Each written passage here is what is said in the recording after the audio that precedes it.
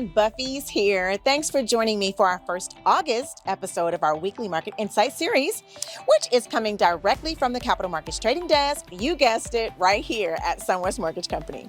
So there's a lot of news this week, so let's get into it, shall we?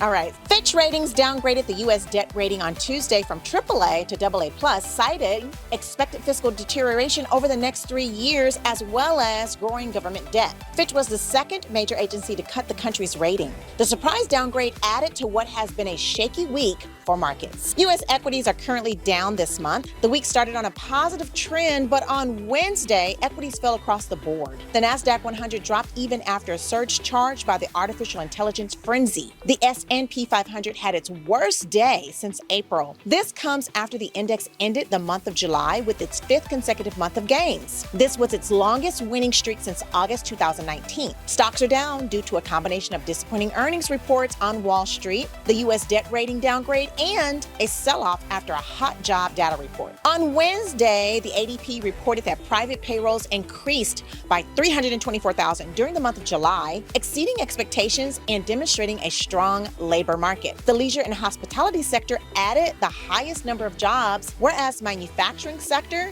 showed negative job growth. Also on Wednesday, the Mortgage Bankers Association released their weekly mortgage applications data for the week ending July 28th. The report indicated that mortgage applications were down 3% from the previous week. The purchase index decreased to 3.2% and reached its lowest level since the beginning of June.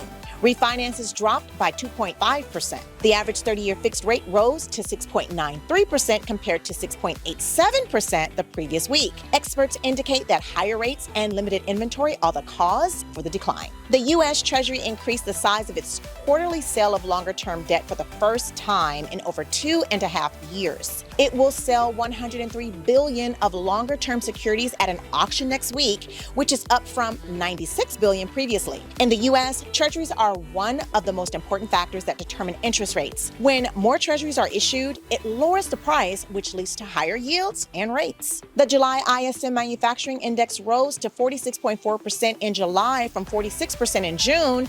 The new orders index increased to 47.3% from 45.6%. U.S. applications for unemployment benefits increased by 6,000 to 227,000 in the week ending July 29th. U.S. labor productivity showed its biggest increase in the second quarter in almost 3 years.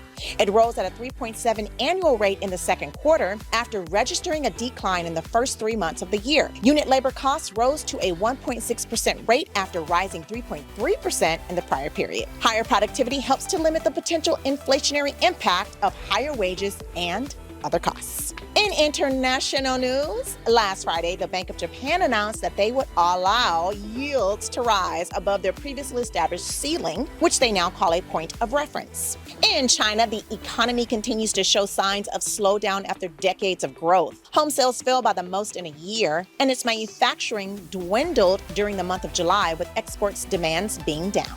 That is all. Woo! that I have for this week. But as usual, join me again next Friday to get more updates with our news, and our trading desk will keep you informed with our pricing incentives. Have a great weekend, guys. Buffy, out.